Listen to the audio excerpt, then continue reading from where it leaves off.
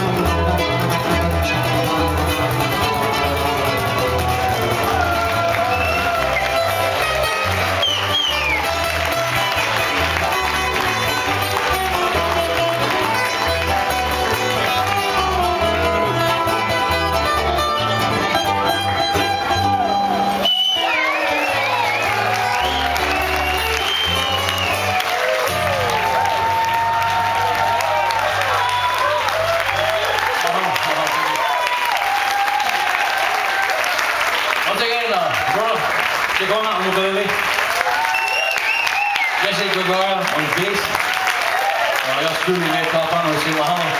I wish Sim Mahalo especially to Owen Kang Rigo and also to Ellen Yamamoto being responsible for us to be here.